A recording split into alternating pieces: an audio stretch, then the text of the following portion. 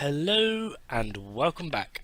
Today we are looking at the Argonak, which I keep calling the Argonaut for some bizarre bloody reason. Right, anyway, this weapon is actually quite bizarre, and I've been unable to test it fully, I must admit, because of just how bizarre it bloody well is. It's got random numbers all over the place, as well as the fact that it has two separate fire modes. You've got an automatic and a semi-automatic.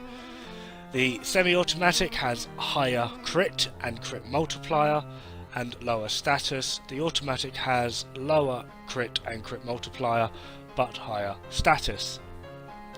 The actual damage numbers themselves do not change, apart from obviously when you get a crit, as well as it comes at base with pretty darn high impact as well as slash. So really it's actually quite versatile. It feels weird. I don't know how to describe it. It literally just feels weird. It comes with 24.5 impact, 26.2 slash and 6.3 puncher, adding up to a resounding 57. And to be honest, because of this, it is very, very versatile. If they've got shields, the impact will sort it. If it's got health, the slash will sort it. Well, gee Dod, what about that armour? Give corrosive on it. That's simply it. Just put a bit of corrosive on and you'll be just absolutely fine. And because of that, it is literally a one weapon fits all for anything on the star chart. It does start to slow down quite rapidly at around level 60, although it is capable of going higher. You will just be expending an entire magazine on certain things.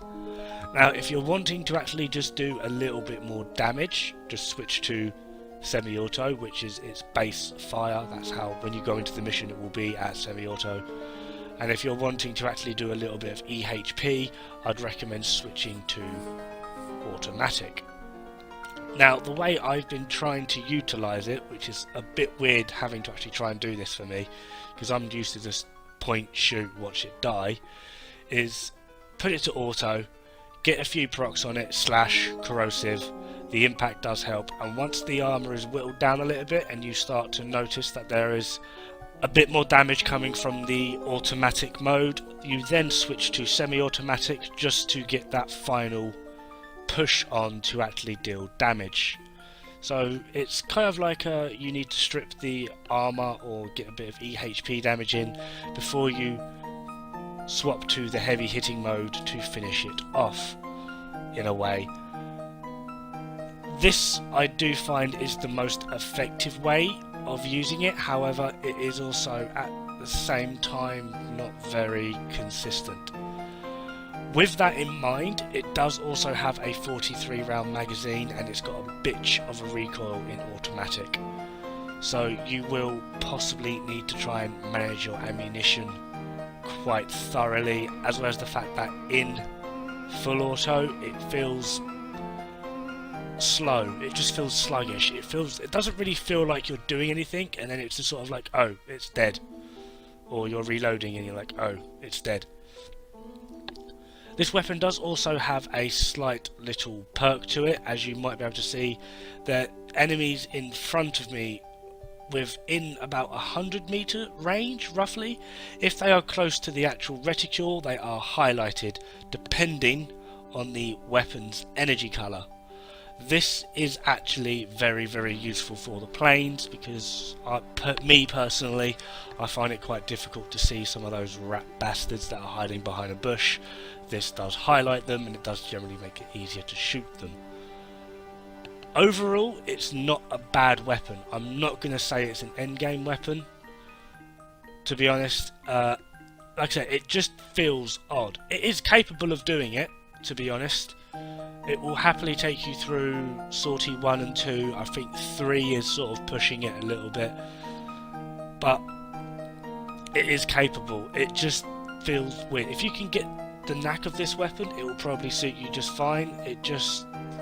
I keep saying it, I don't know how to explain it honestly. It just feels odd. It feels really off. But in general, overall, it is a good weapon, and it will sort you out through pretty much the entirety of the star chart, as well as it is pretty much tailor-made for the planes itself, because just, well, like I said, it highlights enemies. To get this weapon, you want to head to your dojo in the chem lab and get that research going, and to be honest, it is kind of worth it. It just depends on you. Anyway, the build I've gone for is Serration, Infected Clip, Vital Sense, Point Strike, Hammer Shot, Split Chamber, High Voltage, and Malignant Force. If you can get a Riven, I'd replace Hammer Shot. That is purely there just to help bolster the status as well as the crit, depending, because of where if you swap to either semi-automatic or automatic, either crit or status will then suffer. So I've tried to counteract that with Hammer Shot.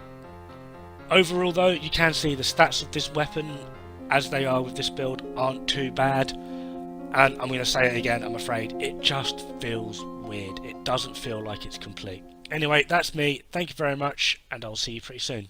Ta-ra!